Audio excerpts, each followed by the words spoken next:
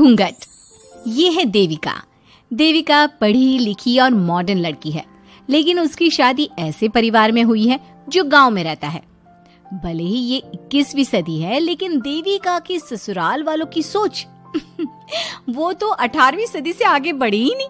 आइए जानते हैं क्या होगा जब शहर की पढ़ी लिखी और मॉडर्न लड़की फंस जाएगी संकीर्ण मानसिकता वाले माहौल में।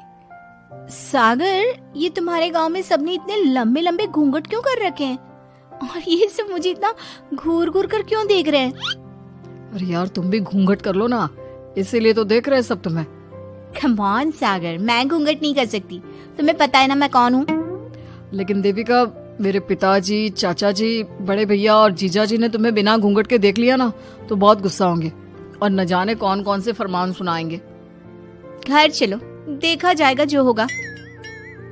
सागर देविका से कई बार कहता है कि वो घूंघट कर ले, लेकिन देविका सागर की नहीं सुनती और अपने ससुराल के दरवाजे पर पहुंच जाती है। जब देविका वहां पहुंचती है तो देखती है कि उसकी सास बिमला, चाची सास कम्मो और जेठानी सुजाता ने लंबा सा घूंघट कर रखा था, पर उनकी ननद वीना ने घूंघट नहीं किया हुआ था। लेकिन हाँ, उसने सर पर सलीकी के साथ दुपट्टा जरूर ओढ़ा हुआ था। सागर अपनी पत्नी को सबसे मिलवा रहा होता है, तभी सागर के पिता जोगिंदर बोलते हैं, सागर, तूने बहू को इस घर के तौर तरीके नहीं समझा। हमारे घर की औरतें बिना घूंघट के किसी पर आए मर्द के सामने नहीं आती और तू इसे ऐसे ही ले आया। पिताजी, मैं समझा दूंगा, वो नई नई शहर से आई है ना, इसलिए उसे पता नहीं है। सागर की बात सुनकर उसके चाचा जी महेंद्र बोलते हैं, ये बात तो तुझे गांव में कदम रखते ही अपनी बीवी को समझानी चाहिए थी। हमारा गांव में बहुत नाम है, तेरी बीवी ऐसे गांव भर में घूमेगी तो क्या इज्जत रह जाएगी हमारी। ये बोलकर जोगिंदर और महेंद्र वहां से चले जाते हैं। शाम को घर की सारी औरतें खाने की तैयारी करती है। खाना तैयार हो जाता है, लेकिन घर की कोई भी औरत खाना नहीं खाती। बहुत रात हो जाती है, तब देविका कहती है, सासू माँ, खाना बने हुए तो देर हो गई, रात भी बहुत हो गई है, हम लोग खाना क्यों नहीं खा रहे? अरे बहू, ये क्या बोल रही हो? हमारे यहाँ घर की औरतें तब तक खाना नहीं खाती जब तक घर के मर्द खाना ना खा ले। लेकिन इतनी देर हो गई, आप सबको भूख नहीं लग रही क्या? तभी देविका की जेठानी सुजाता कहती है, लग तो रही है, लेकिन यहाँ की यही रीत है, ये निभानी तो पड़ेगी ना। भाभी जी, ये रीत नहीं है, औरतों को प्रताड़ित करने का एक तरीका है। अगर इस घर के आदमी पूरी रात नहीं आए तो पूरी रात खाना नहीं खाओगी क्या? देविका ये बोलकर सीधा सागर के पास जाती है। सागर उसे समझाता है, देविका, यहाँ ऐसा ही होता है, तुम थोड़ा सब्र कर लो, पिताजी और चाचा जी आते ही होंगे, फिर हम सब खाना खाएंगे। सागर देविका को समझा ही रहा था, तभी देविका की ननद वीना आकर कहती है, सागर, खाना खाने आ जाओ, पिताजी और चाचा जी आ गए हैं। चलो देविका, तुम्हारा इंतजार खत्म हुआ। सागर खाने के लिए बैठ जाता है। जब सब खाना खाने बैठते हैं तो देविका भी बैठ जाती है। सागर धीरे से उसे कहता है, अरे देविका, ये क्या कर रही हो? तुम इस तरह हमारे साथ खाना नहीं खा सकती। मगर क्यों सागर, मुझे भूख लगी है, सब लोग खा रहे हैं तो मैं क्यों नहीं खा सकती? ये हमारे घर का नियम है, पहले घर के आदमी खाते हैं और बाद में औरतें। लेकिन सागर, हमारे घर में तो ऐसा कोई नियम नहीं है। देविका और सागर में बहस छिड़ जाती है।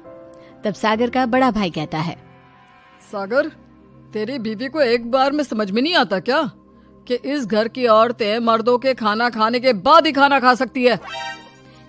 भैया, मैं देविका को यही समझा रहा था। मुझे तो लग रहा है कि इसके दिमाग में कोई बात ही नहीं बैठती एक बार में। भैया, मेरे दिमाग में बात तब बैठेगी ना जब आपकी बात कोई ढंग की होगी। अरे आखिर क्यों घर की औरतों को आप लोगों की बात खाना मिलेगा? हाँ, अब से पहले घर की किसी औरत ने घर की किसी मर्द से इस लहजे में बात नहीं की थी, इसलिए वो सब देविका की बात सुनकर हैरान रह गए। तभी सागर की जीजा और वीना के पति कल्याण जी कहते हैं, ये क्या है सागर, इस घर की दीवारों को औरतों की इतनी ऊंची आवाज सुनने की आदत नहीं है। अपनी बीवी को बोल जरा होश से काम ले और चुपचाप चली जाए। क्यों चली जाऊं मैं चुपचाप? इस घर की औरतें आपकी हर बात बर्दाश्त कर लेंगी, लेकिन मैं शहर की पढ़ी लिखी लड़की हूँ। आपकी कोई भी फालतू के रीति रिवाज मैं नहीं बर्दाश्त करने वाली। इस तरह देविका ने सारे घर की औरतों के लिए मिसाल पैदा कर दी।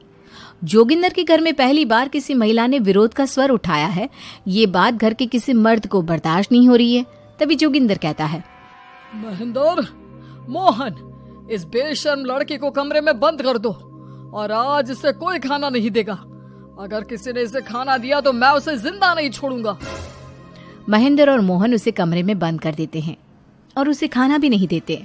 रात के 3 बज जाते हैं। भूख की वजह से देविका को नींद भी नहीं आती।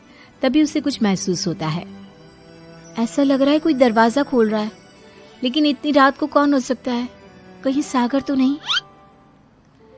देविका उम्मीद भरी नजरों से दरवाजे की तरफ देखती है, लेकिन दरवाजा खोलने वाला सागर नहीं बल्कि विमला और कम्मो है। माँ जी, चाची जी, आप दोनों? बहू, ये ले, हम तेरे लिए खाना लाए हैं, खा ले। और ये बात ना तो किसी को बताना मत कि हमने तुझे खाना दिया है, नहीं तो हमारे मर्द मार मार कर हमारा बुरा हाल कर देंगे। माँ जी, आप यहाँ इतना घुट घुट कर क्यों रहती हो? देविका, अब तू भी इस घर की बहू है, तू भी हमारी तरह रहना सीख ले। इस घर के कायदे कानून अपना ले। इस घर के मर्द तो कभी बदलने वाले हैं नहीं बहू, तो तू ही बदल ले अपने आप को। माँ जी, बदलाव अच्छे के लिए हो तो हमें बदलना चाहिए, बेकार और बेतुकी की बातों का तो विरोध करना चाहिए।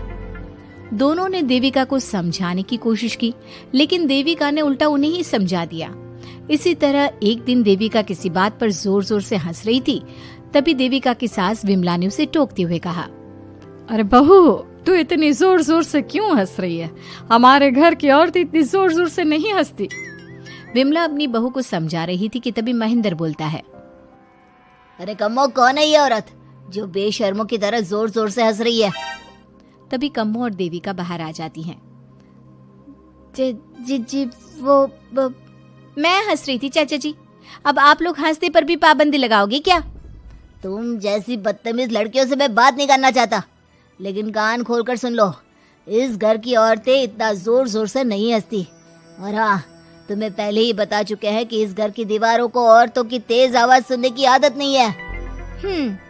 इस घर की दीवारों को आदमियों की ऊंची आवाज सुनने की आदत है, लेकिन औरतों की नहीं। चाचा जी, आपके घर की दीवारें तो बहुत दोगली है। हर पाबंदी औरतों के लिए क्यों चाचा जी? औरतें ये नहीं कर सकती, औरतें वो नहीं कर सकती, औरतें सांस ले सकती है या उस पर भी पाबंदी है? चुप हो जाना बहू, मत बोल और घूंघट कर ले। ये तेरे चाचा ससुर है, थोड़ा तो लिहाज कर। कम्मो के समझाने पर भी देविका चुप नहीं होती। वो महेंद्र से ऐसे ऐसे सवाल पूछती है जिनका जवाब उसके पास होता ही नहीं। महेंद्र गुस्से से सागर को आवाज देता है। महेंद्र की आवाज सुनकर घर के सभी आदमी बाहर आ जाते हैं। जी चाचा जी, आपने बुलाया? अपनी मुंह जोर बीवी को यहाँ से ले जाने तो कुछ अनर्थ हो जाएगा। क्या हुआ चाचा जी? तेरी बीवी जिस तरह से मुझसे बात कर रही है, छोटे बड़े की तमीज नहीं है इसे। कम से कम 7 दिन तक ये कमरे से बाहर नहीं निकलनी चाहिए। अगर इसे मैंने कमरे से बाहर देख लिया तो किसी की खैर नहीं, समझे? पर मैंने कुछ गलत नहीं बोला। सागर जो सच है मैंने वही कहा है। देविका, चलो मेरे साथ। लेकिन सागर, मेरी बात तो सुनो। सागर देविका को वहां से ले जाता है। इसी तरह से कई दिन बीत गए। अब देविका अपने ससुराल में हर गलत बात का विरोध करने लगी, लेकिन जितना ज्यादा वो विरोध करती, उसके ससुराल वाले उस पर उतना ही ज्यादा अत्याचार करते। अब देखना यह है कि देविका अपने ससुराल वालों के अत्याचार को यूं ही सहती रहेगी। क्या उसके ससुराल में घूंघट में औरतों का दम इसी तरह घुटता रहेगा? अगर आप इन सवालों के जवाब जानना चाहते हैं ना, तो हमें कमेंट करके जरूर बताइएगा। और हमारी स्टोरी को लाइक, शेयर और चैनल को सब्सक्राइब करना ना भूलें।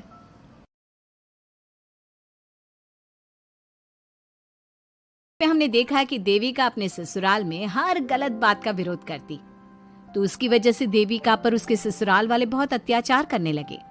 एक दिन देविका ने सचिन से कहा, सचिन, मैं तुम्हारे घर में नहीं रह सकती, तुम मुझे आज ही मेरे घर शहर भेज दो, मैं अपने मम्मी पापा के पास रहूंगी। क्यों देविका, तुम शहर क्यों जाना चाहती हो? यहाँ तुम्हें किस बात की परेशानी है? किस बात की परेशानी नहीं है सचिन, तुम्हारे घर के आदमी औरतों के साथ जानवरों जैसा व्यवहार करते हैं। मैं ऐसे माहौल में नहीं रह सकती। देखो देविका, तुम्हें यहीं रहना होगा। तुम्हारी शादी मुझसे हो गई है, अब मैं तुम्हारा पति हूँ और यही तुम्हारा घर है। अच्छा, तो तुम्हें याद है कि मैं तुम्हारी पत्नी हूँ? जब तुम्हारे पिताजी और चाचा जी मुझे एक एक हफ्ते के लिए कमरे में बंद कर देते हैं, तब तुम्हें क्यों याद नहीं आता कि जो औरत कमरे में बंद है वो तुम्हारी पत्नी है? जब तुम्हारे जीजाजी और भाई मुझसे बदतमीजी से बात करते हैं, मुझे खाने के लिए कुछ नहीं देते, तब भी तुम्हें याद नहीं आता कि मैं तुम्हारी पत्नी हूँ? देखो देविका, तुम बेकार की बातें मत करो। तुम यहाँ ढंग से रहोगी, सबकी बात मानोगी तो कोई तुम्हें कुछ नहीं कहेगा।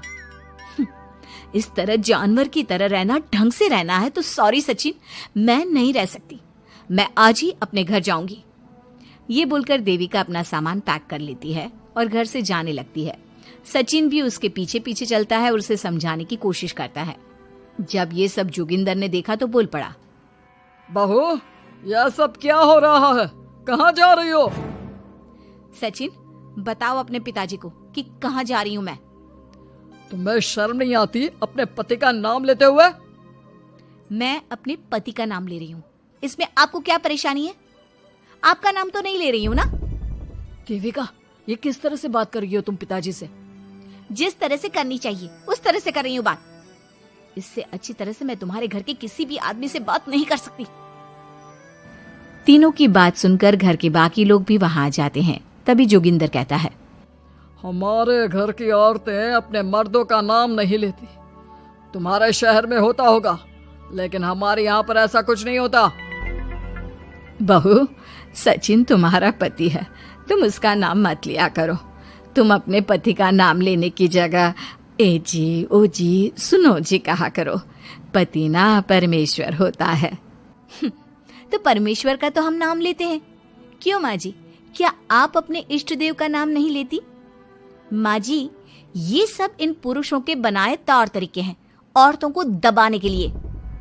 ये बेशर्म लड़की ऐसा नहीं सुधरेगी। ये हमारे घर की औरतों को भड़का रही है। सचिन, तुम इसे चुप कराओगे या फिर मैं करूं? नहीं नहीं पिताजी, मैं अभी समझा देता हूँ। चलो देविका अंदर, और कितना तमाशा बनाओगी मेरा। सचिन, मैं अंदर नहीं बाहर जाऊंगी। अब मैं यहाँ नहीं रह सकती। देविका की बात सुनकर महेंद्र कहता है, भाई साहब, ये लड़की इस घर से और गांव से बाहर ना जानी चाहिए, नहीं तो हमारे घर और गांव की औरतें भी ऐसी ही हरकतें करेंगी। वो भी मर्दों के खिलाफ बगावत करेंगी। और मैं भी देखती हूँ कि मुझे घर से बाहर जाने से कौन रोकता है।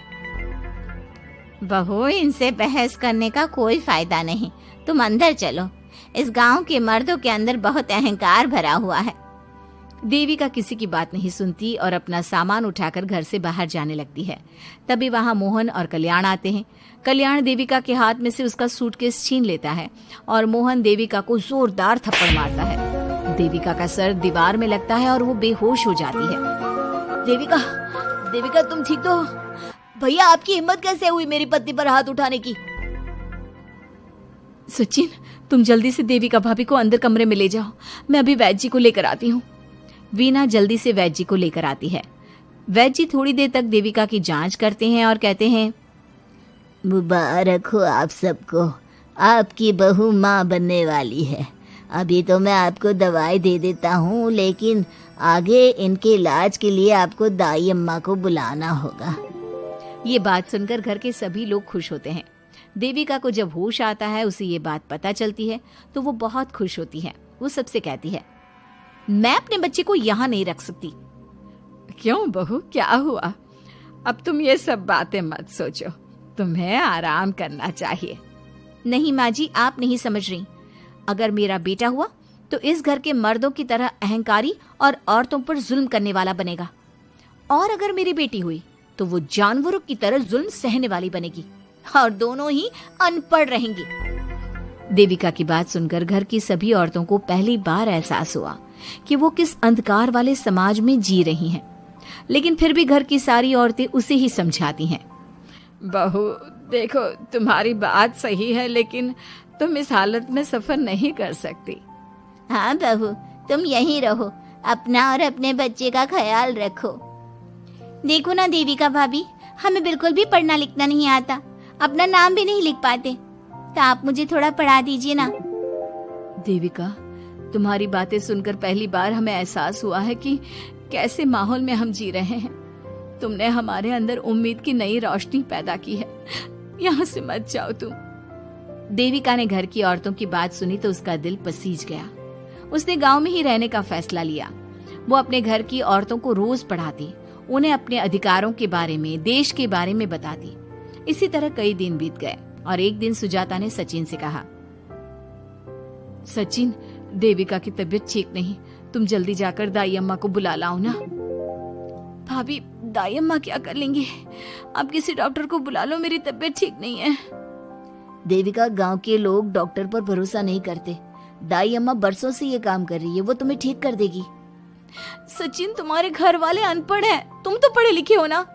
देख नहीं रहे मेरी हालत क्या हो रही है। तभी तो बोल रहा हूँ, समय बर्बाद मत करो, मैं अभी आता हूँ। सचिन दाई अम्मा को बुलाकर ले आता है। दाई अम्मा घरेलू नुस्खों से देविका का इलाज तो कर देती है। कुछ समय के लिए उसकी हालत भी स्थिर हो जाती है, लेकिन वो पूरी तरह से ठीक नहीं होती। फिर देविका सचिन से कहती है, सचिन, मुझे समझ में नहीं आ रहा तुम मुझे डॉक्टर के पास क्यों नहीं ले जा रहे। मैं माँ बनने वाली हूँ और मुझे ये भी नहीं पता कि मेरा हेमोग्लोबिन कितना है। दाई अम्मा कर रही है ना तुम्हारा इलाज। लेकिन दाई अम्मा को कुछ समझ में नहीं आ रहा कि मेरे साथ क्या हो रहा है। अगर देखो तुम मुझे नहीं लेकर गए ना तो मैं खुद ही चली जाऊंगी। अगले दिन देविका की तबीयत दोबारा बिगड़ जाती है और दाई अम्मा के किसी भी नुस्खे से वो ठीक नहीं हो रही थी। देविका ने सारी हिम्मत जुटाई और वो अकेले ही डॉक्टर के पास जाने लगी। उसे देखकर मोहन कहता है, बहू, इस हालत में कहाँ जा रही हो? आप लोगों के भरोसे रही ना तो आप लोग मुझे मार ही डालोगे। डॉक्टर के पास जा रही हूँ मैं। बहू, तेरा दिमाग तो ठिकाने पर है। हमारे घर की औरतें मर्दों से इलाज नहीं कराती। हे भगवान, इन जाहिल लोगों को मैं कैसे समझाऊं। डॉक्टर औरतें भी होती हैं। बहू, तो हमें पागल मत बना। हमने तो कभी कोई महिला डॉक्टर नहीं देखी। तू झूठ बोलकर निकलना चाहती है ना? इस गांव की सरहद से आप लोग कभी बाहर नहीं गए ना, इसलिए आप लोगों को नहीं पता कि महिलाएं डॉक्टर के अलावा क्या क्या है। ए लड़की, तुझसे तमीज से बात कर रहे हैं तो तू ज्यादा हवा में मत उड़। बोला ना एक बार, चल अंदर जा। चाचा जी, मैं अंदर नहीं जाऊंगी, डॉक्टर के पास जाऊंगी। मेरा इलाज सिर्फ डॉक्टर ही कर सकता है। ये बोलकर देविका घर से निकल रही थी कि तभी जोगिंदर ने उसे कमरे में ले जाकर बेड पर जोर से धक्का दे दिया, जिसकी वजह से देविका के पेट में चोट लग गई और वो दर्द की वजह से जोर जोर से चिल्लाने लगी। ये देखकर घर की सारी औरतें देविका को संभालने लगी। देविका, हिम्मत रखो, सब ठीक हो जाएगा। देविका भाभी, आप ठीक हो ना? माँ, कुछ करिए ना, भाभी की तबीयत बहुत खराब हो रही है। लेकिन मैं क्या कर सकती हूँ? भाभी, कुछ तो करो, कहीं बहू को कुछ हो ना जाए। उधर जोगिंदर मेन गेट पर बड़ा सा ताला लगा देता है और कहता है, आज के बाद इस घर से कोई भी औरत बाहर नहीं निकलेगी।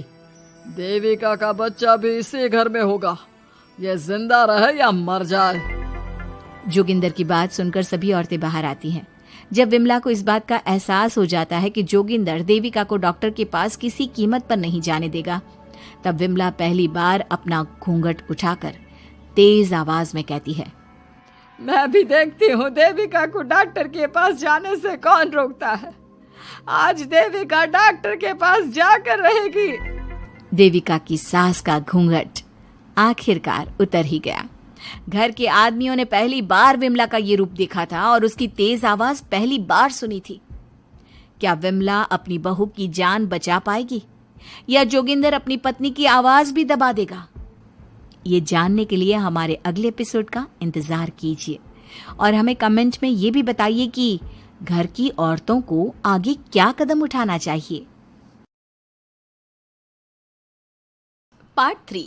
अब तक हमने देखा कि देविका की हालत बहुत नाजुक है, लेकिन घर के आदमी उसे डॉक्टर के पास नहीं जाने दे रहे और जोगिंदर ने घर के मेन गेट पर बहुत बड़ा ताला लगा दिया है। लेकिन देविका की सास विमला पहली बार घूंघट उठाकर समाज के बनाए नियम का उल्लंघन करती है और देविका की जान बचाने की कोशिश में जुट जाती है। मैं भी देखती हूँ मेरी बहू को डॉक्टर के पास जाने से कौन रोकता है। देखो सचिन के बापू, दरवाजे की चाबी दे दो मुझे। तुम्हारा दिमाग ठिकाने पर है? पहले सर पर पल्लू रखो और अंदर जाओ। आज तक मैंने आपका हर गलत फैसला सर झुकाकर स्वीकार कर लिया, लेकिन आज मैं आपकी एक बात नहीं सुनूंगी। मुझे मेरी बहू की किसी भी कीमत पर जान बचानी है। मुझे चाबी दे दीजिए। पिताजी, माँ ठीक बोल रही है, चाबी दे दीजिए ना, नहीं तो देविका नहीं बचेगी। देविका मरती है तो मर जाए, लेकिन यह दरवाजा नहीं खुलेगा। तुम सारी औरतों को इस देविका नाम की बीमारी ने पागल कर दिया है, और इस बीमारी का अच्छी तरह से इलाज करना आता है मुझे। वीना बेटी, सुजाता बहू, जाओ अंदर से देविका को लेकर आओ। विमला ये बोलकर अपने पति के हाथ से चाबी छीन लेती है। तभी महेंद्र विमला का हाथ पकड़कर चाबी विमला से छीन लेता है। भाभी, घर के मर्दों से टक्कर लेकर आप अच्छा नहीं कर रही हो, ये इस घर के संस्कार नहीं है। महेंद्र की बात सुनकर कम्मू अपने पति के हाथ से चाबी छीनकर कहती है, इस घर के संस्कार क्या है हम अच्छी तरह से जान गए हैं। आज इस घर का दरवाज़ा खुलकर रहेगा और देविका डॉक्टर के पास जाकर रहेगी। भाभी, ये लो दरवाज़ा खोलो। विमला ताला खोल देती है। तभी वीना और सुजाता देविका को लेकर आ जाती हैं। घर की सारी औरतें देविका को लेकर घर से जा रही होती है कि तभी सुजाता का पति मोहन उससे कहता है, सुजाता, तुम देविका को लेकर इस घर से निकल तो रही हो, लेकिन याद रखना, अगर तुमने एक कदम भी बाहर निकाला तो वापस इस घर में मत आना। मैं देविका के साथ अस्पताल भी जाऊंगी और वापस इस घर में भी आऊंगी। देखती हूँ कौन रोकता है मुझे। देखता हूँ कैसे इस घर के अंदर कदम रखती हो और कौन तुम्हारी मदद करता है। कानून मेरी मदद करेगा और कारट के दरवाजे हर नागरिक के लिए खुले हैं। मोहन को अपनी पत्नी से इस तरह बात करता देख कल्याण वीना से कहता है, वीना, तुमने देविका का साथ देकर अच्छा नहीं किया। अगर तुम अभी भी इसके साथ गई तो अपना और मेरा रिश्ता खत्म समझना। मुझे कोई फर्क नहीं पड़ता, तुमने आज तक किया ही क्या है मेरे लिए। तुम खुद घर जमाई बनकर मेरे घर में रह रहे हो। कभी 100 रुपए की साड़ी दिलाई है मुझे? मेरे आने से पहले मेरा घर छोड़कर निकल जाना, समझे? ये बोलकर वीना और घर की सभी औरतें देविका को अपने साथ अस्पताल ले जाती है। वहां जाने के बाद डॉक्टर जल्दी से देविका का चेकअप करता है। चेकअप करने के बाद वो गुस्से से कहता है, ये क्या किया है तुमने? क्या हुआ डॉक्टर साहब? आपकी बहू की इतनी ज़्यादा हालत ख़राब है और उन्हें चोट भी लगी है, फिर भी आपने उन्हें हॉस्पिटल लाने में इतना लेट कर दिया। आपको 3 दिन पहले ही इन्हें हॉस्पिटल में एडमिट करवाना चाहिए था। हमसे गलती हो गई डॉक्टर साहब, लेकिन आप जल्दी कुछ करिए, हमारी बहू और उसके बच्चे को बचा लीजिए। देखिए, अभी कुछ भी कह पाना मुश्किल है। हम माँ और बच्चे में से किसी एक को ही बचा सकते हैं। आप सोच लो किसे बचाना है। डॉक्टर साहब, आप देविका को बचाइए, उससे कुछ नहीं होना चाहिए। देखिए, हमें देविका का ऑपरेशन करना पड़ेगा। आप इनके पति को बुलाइए, हमें कुछ पेपर पर साइन करवाने हैं। डॉक्टर की बात सुनकर सभी औरतें सोच में पड़ जाती हैं। तभी वीना कहती है, डॉक्टर साहब, इनके पति नहीं आ सकते, ये इनकी सास है विमला देवी, आप इनसे साइन करवा लीजिए। लेकिन पेशेंट की हालत इतनी नाजुक है, इनके पति है कहाँ? वो अपने आदमी होने का धर्म निभा रहा है। पति धर्म के बारे में उसे कुछ नहीं पता। डॉक्टर साहब, वो नहीं आएगा। क्या क्या करना है आप मुझे बताइए। थोड़ी देर बाद डॉक्टर देविका का ऑपरेशन शुरू कर देते हैं। जब वो ऑपरेशन थिएटर से बाहर आते हैं तो कहते हैं, आप लोगों की किस्मत अच्छी है, देविका भी सुरक्षित है और उसका बच्चा भी। डॉक्टर, बेटा हुआ है या बेटी? बेटा हुआ है। सब लोग बहुत खुश होते हैं। कुछ दिन तक देविका उसी हॉस्पिटल में रहती है और उसके ससुराल की औरतों ने उसका बहुत ध्यान भी रखा। अब देविका कुछ हद तक ठीक हो गई। डॉक्टर ने देविका को घर जाने की इजाज़त दे दी, लेकिन सभी सोच में पड़ गए। हम भाभी को घर ले तो जाएं, लेकिन माँ, आपको घर का माहौल पता है ना, देविका भाभी अभी पूरी तरह से ठीक नहीं हुई। भाभी वहाँ आराम नहीं कर पाएंगी और पता नहीं घर के सारे आदमी हमारे साथ क्या करेंगे। माँ, क्या हम डॉक्टर से बात करके देविका को थोड़े दिन और यहाँ नहीं रख सकते? जब वो पूरी तरह से ठीक हो जाएगी तो उसे यहाँ से ले जाएंगे। ये बात सुनकर विमला सोच में पड़ जाती है। तभी कम्मो कहती है, तुम दोनों ठीक कह रही हो, मैं अभी डॉक्टर से बात कर लेती हूँ। कम्मो डॉक्टर से बात कर लेती है और देविका कुछ दिन में बिल्कुल ठीक हो जाती है। देविका अपने बच्चे को गोद में लिए बाकी औरतों के साथ अपने ससुराल जाती है, लेकिन घर के सभी आदमी उन्हें दरवाजे पर ही रोक देते हैं। खबरदार, तुम में से कोई भी औरत अगर घर के भीतर घुसी, अगर तुम घर में कदम रखोगी तो घर अपवित्र हो जाएगा।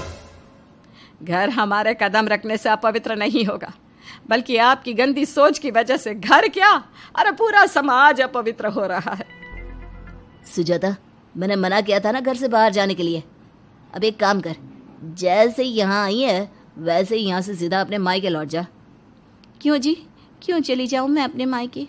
मैं जब तक चाहूँ यहाँ रह सकती हूँ। अगर आपने मुझे इस घर में आने से रोका तो मैं आपकी पुलिस में शिकायत कर दूंगी। वीना, इन सब की तरह तुम्हारा भी दिमाग खराब हो गया है। अब मैं तुम्हें बिल्कुल बर्दाश्त नहीं करूँगा। तुम्हें ऐसी सज़ा दूंगा कि तुम याद रखोगी। सजा बाद में देना, पहले मेरे घर से बाहर निकलो। खुद पूरी जिंदगी में एक घर नहीं खरीद पाए और मुझे सबक सिखाने की बात बोल रहे हो।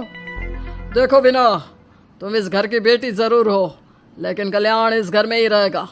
उसने बहुत कुछ किया है इस घर के लिए, लेकिन तुम अब यहाँ नहीं रह सकती। क्यों नहीं रह सकती? इस घर पर मेरा उतना ही हक है जितना सचिन का। देश के कानून ने मुझे ये हक दिया है। अगर मैं चाहूँ तो कोर्ट का सहारा लेकर इस जायदाद का आधा हिस्सा ले सकती हूँ। और हाँ कल्याण, तुमसे तलाक भी ले सकती हूँ। वीना, देविका के साथ रह रहकर तुम्हारा दिमाग भी खराब हो गया है। और कम्मो, मैंने तुमसे कितना मना किया, घर से बाहर मत जाओ, देविका की मदद मत करो, लेकिन तुमने मेरी एक नहीं सुनी। अब तुम इस घर से और मेरी जिंदगी से चली जाओ। ये कदम उठाकर तुमने बिल्कुल अच्छा नहीं किया। ये कदम तो मुझे उस समय उठाना चाहिए था जब मैं माँ बनने वाली थी। आपके झूठे अहंकार और गलत नियमों की वजह से मैंने अपने 2 बच्चे खो दिए। अगर उस समय मैं दाई अम्मा से इलाज ना कराती और हॉस्पिटल चली जाती तो सचिन के बराबर मेरे भी 2 बेटे होते। सभी पति इस बात पर अड़े हुए थे कि वो अपनी अपनी पत्नियों को घर के अंदर नहीं आने देंगे। देविका बहुत देर तक सबकी बातें सुनती रही। फिर उसने अपने पति से कहा, सचिन, तुम्हारे घर के आदमियों की बात तो मैंने सुन ली। अब तुम बताओ, तुम्हारा क्या फैसला है? देविका, मुझे माफ कर दो। मैं तुम्हारे लिए कुछ नहीं कर सकता। मैं मजबूर हूँ। मुझे पता था सचिन, तुम्हारा यही जवाब होगा। मुझे अपने आप पर हैरानी है कि मैंने बिना रीढ़ की हड्डी वाले आदमी से प्यार ही क्यों किया, शादी क्यों की।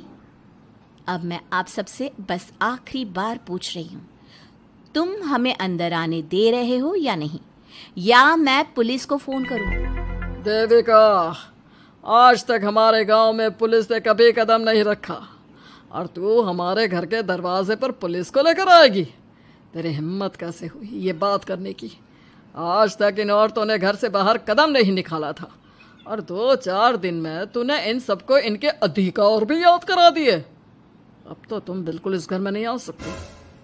घर की औरतें घर के बाहर खड़ी थी और घर के आदमी घर के दरवाजे पर। उनकी लड़ाई देखकर पूरा गांव इकट्ठा हो गया। देविका को अस्पताल पहुंचाकर घर की औरतों ने काम तो अच्छा किया। इस काम से देविका और उसके बच्चे की जान भी बच गई, लेकिन इनकी जान बचाने की कीमत घर की औरतों को कैसे चुकानी होगी, इसके लिए आपको आने वाला एपिसोड देखना होगा।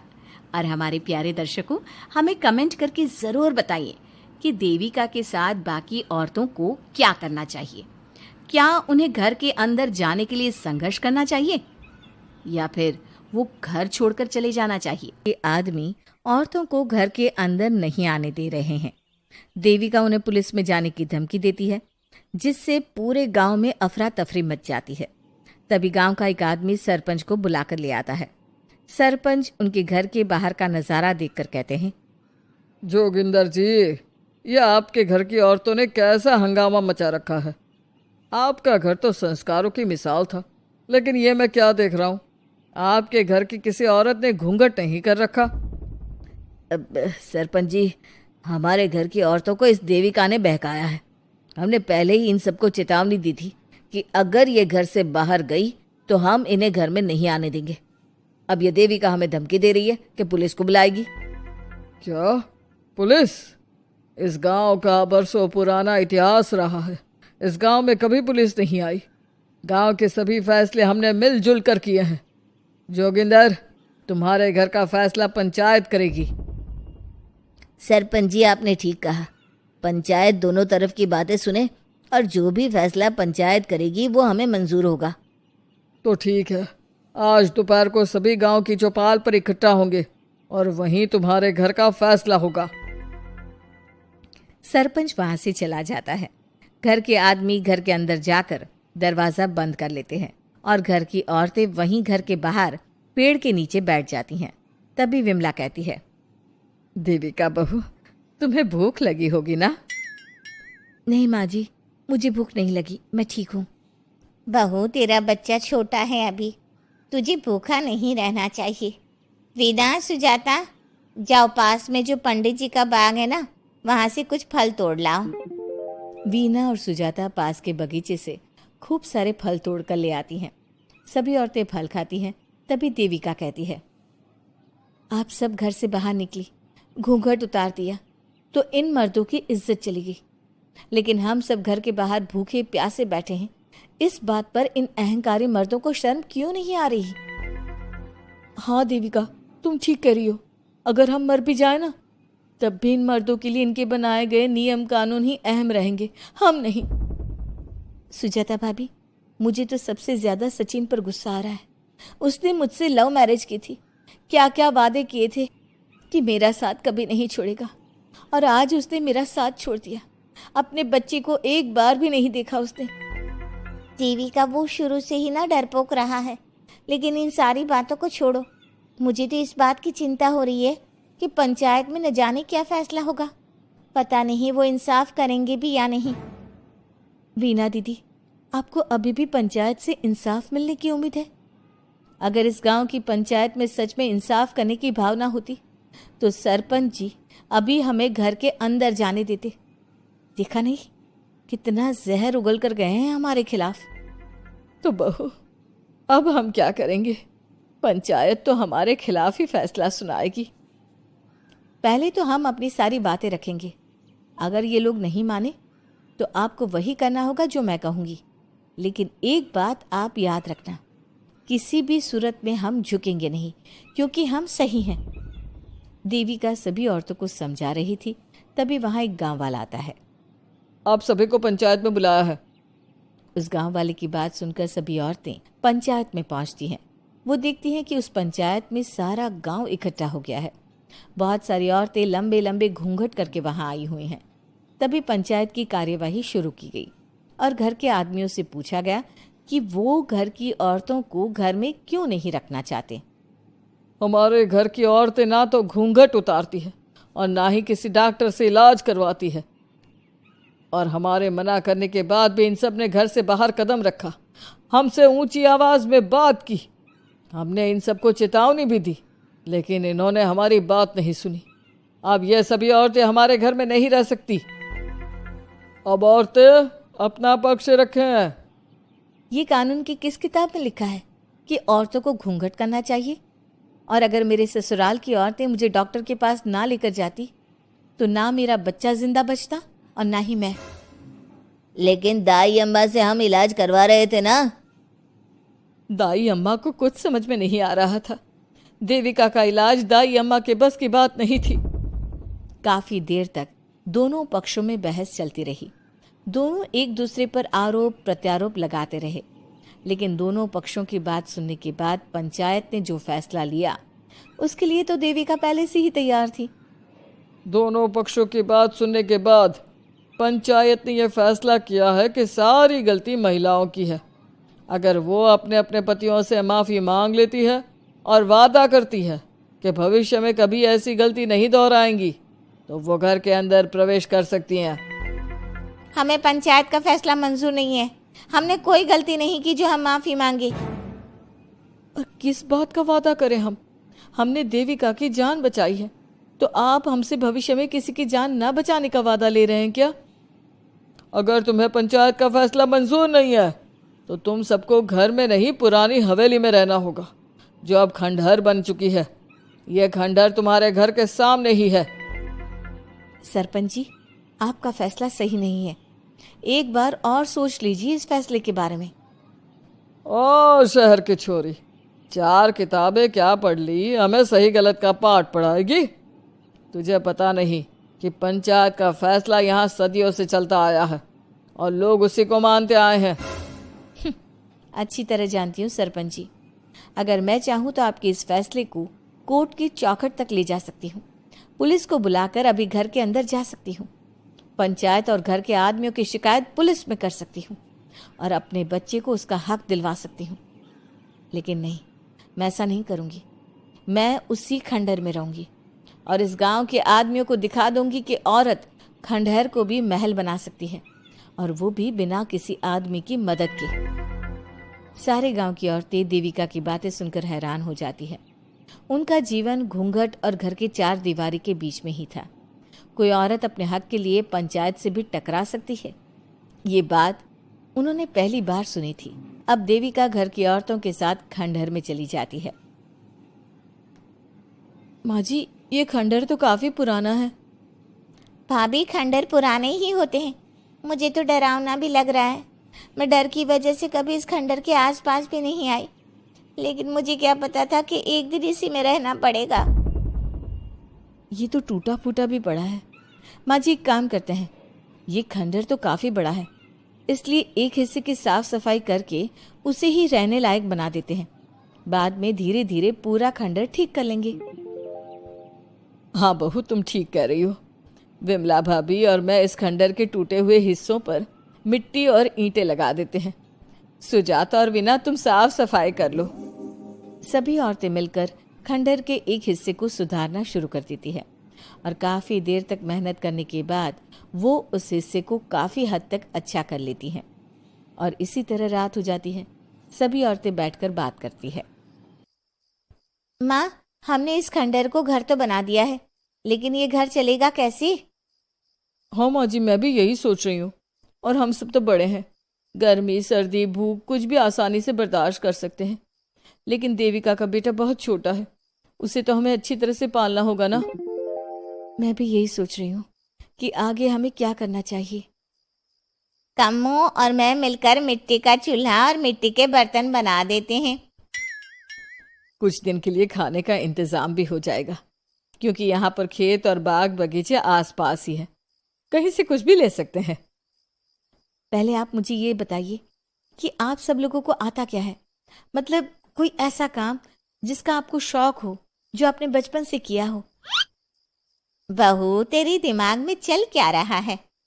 माँ जी, बहुत कुछ चल रहा है। बस अब हमारा सारा ध्यान इस बात पर होना चाहिए कि हम अपने लिए अच्छे से अच्छा क्या काम कर सकते हैं। आप सब हिम्मत से और समझदारी से काम लो, फिर देखना हम इस खंडहर को भी महल बना देंगे। इसके लिए सबसे पहले हमें आत्मनिर्भर बनना होगा। देविका सभी को समझा रही थी, तभी उसका बेटा रोने लगा। उसने अपने बेटे को गोद में उठाया और उसे चुप कराने लगी। अब देविका के सामने सबसे बड़ी चुनौती थी कि वो किस तरह से ससुराल की औरतों को आत्मनिर्भर बनाए और किस तरह से अपना घर चलाए। हमारे प्यारे दर्शकों, अब आप बताइए, देविका और घर की सभी औरतों ने अपने पतियों से माफी ना मांगकर सही किया या गलत? क्या उनका खंडहर में रहने का फैसला सही था? अब देविका को क्या कदम उठाना चाहिए, हमें कमेंट में जरूर बताना। हमारी कहानी को लाइक, शेयर और चैनल को सब्सक्राइब करना मत भूलना।